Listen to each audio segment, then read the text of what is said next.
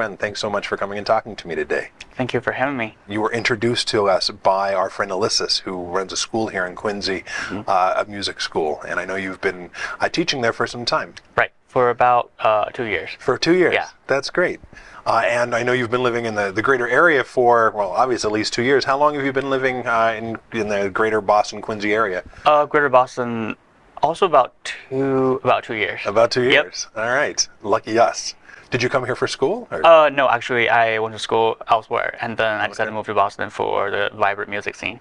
Oh, for library music. Yeah, for vibrant music scene. Vibrant music. Yes. Okay, I was like, library music. Library is also vibrant music, right? Yeah. Well, I thought maybe you came here for school because I know that you do some work. I was looking at your resume, and I know you do some playing over at Berkeley or at the New England Conservatory. You have a lot of different kind of part-time piano playing gigs. Right. Yeah. Yeah. Tell me a little bit about those. Where have you been playing lately? I accompany students at Boston Conservatory. Okay. And also every week I play at Brigham and Women Faulkner Hospital. In just the lobby, or where do you play in the I hospital? play in the Department of Psychiatry. In the Department of Psychiatry? Yes. Wow, that's fascinating. Yeah. What do you play there? I typically take requests. Really? Yeah. Okay. So I A lot of bring short my tunes, I bet. Yeah. yeah, I love show tunes and sometimes musicals, Yeah? popular songs too. Yeah. So you have a really wide range that you play. I was listening online, and you had, I think it was all Tchaikovsky that you had. Yeah, I have some Tchaikovsky on my yeah, that's true. But you Yeah. play show tunes. You do popular music. I have I saved a lot of sheet music in my computer, so when I go Okay. to the hospital, I bring my laptop with me, and Okay. then I also just Google sheet music, whatever they request. Sure. Yeah, and then I go from there. And as long as you've got a lead and some chord changes or something, you can play. Yeah, or better written out. Sheet You like the music. whole thing. Yeah. You don't just Yeah. work off a fake book. And Yeah, that's that. often. Yeah, that's right. Okay. Yep. Neat. Where did you study? Have you been playing piano since you were just a wee little one, or Yes, I started piano lesson when I was 8. 8? Okay. And then I went to a conservatory pre-college program for 6 Okay. years for middle school and high school back in Okay. China. Wow. And then I did my undergrad in Bowling Green, Ohio. Okay. And then graduate school in Chicago at Northwestern. Okay. And then I also spent a year studying early music in the Netherlands. Wow. Yeah. You've done a fair amount of traveling on the piano then. Yep. How did you get from China? We're in China, first of all. Central Central? China. Yeah. Which state? Sichuan In Sichuan province? Sichuan province. Yep. Okay. A big city, small city? My hometown is super small, even by Chinese standards. Oh, really? Yeah, about a couple thousand A people. couple of thousand people. Yeah. So how did you find your way from a town of a couple thousand people to Bowling Green? That was your first, is that where you first came to the States? Yes. Yeah. How Bowling did you Green, yeah. discover Bowling Green? I'm fascinated. Well, I was just applying to a bunch of schools in the U.S. Oh. And one of the professors at Bowling Green, I think I heard about him when I was in middle school, or Okay. probably high With a school. connection with the conservatory prep Yes. school where you were? He was visiting the conservatory. Okay. Yeah, but I didn't get to meet him. But I got to know the school. Okay. So I did some search and no.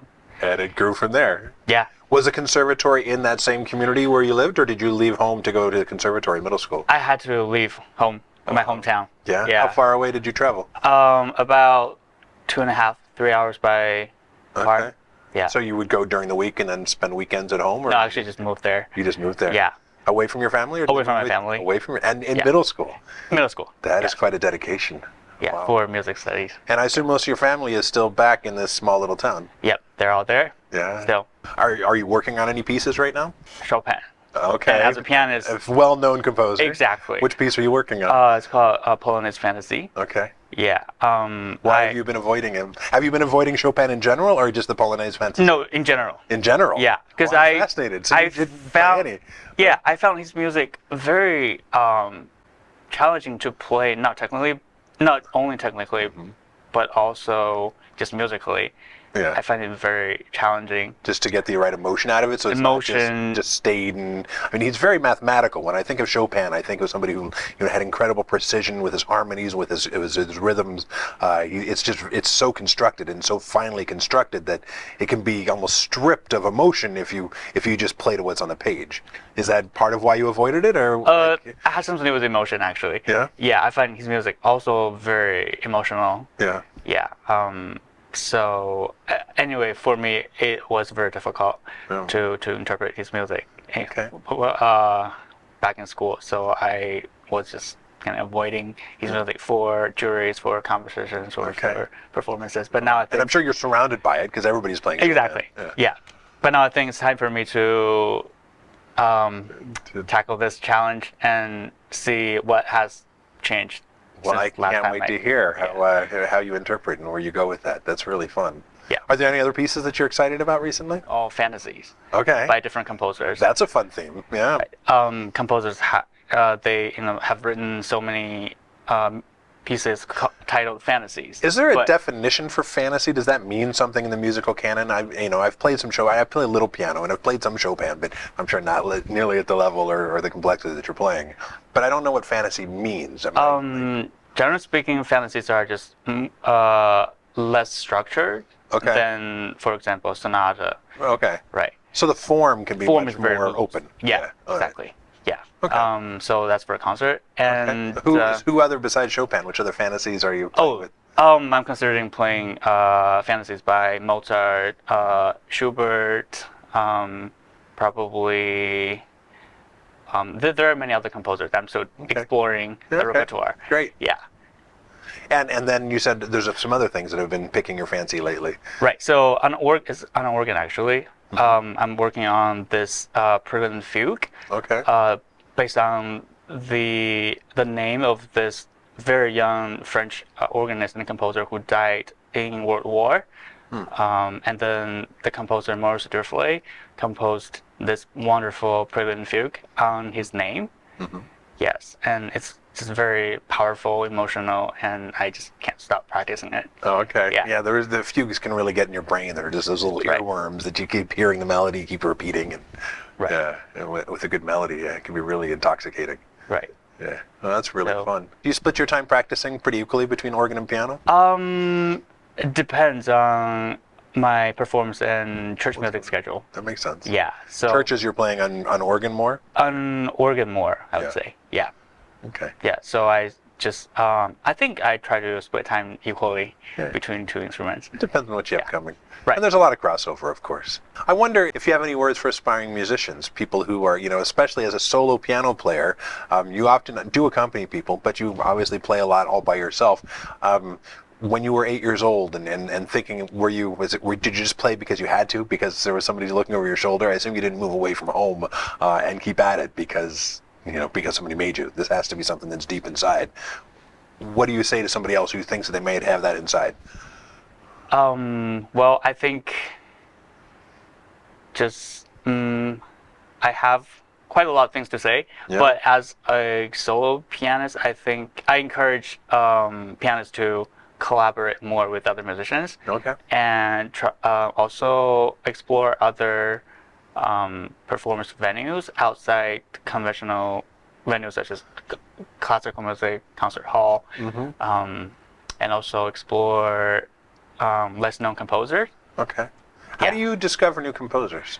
How would you encourage people to do that? Internet. The internet. Yes. And just go to YouTube and where on the internet? Where's the first place if you're looking for a new idea? Bandcamp, no. For example, I just recently just go on Google and Okay. then type a few keywords. For example, if I want to do some research on, let's say, 18th century woman composer, I just search that That and makes sense. Yeah. see what comes up. Yeah. Okay. There is certainly a large world of music out there to explore. Yeah. Well, thank you so much. Thank you.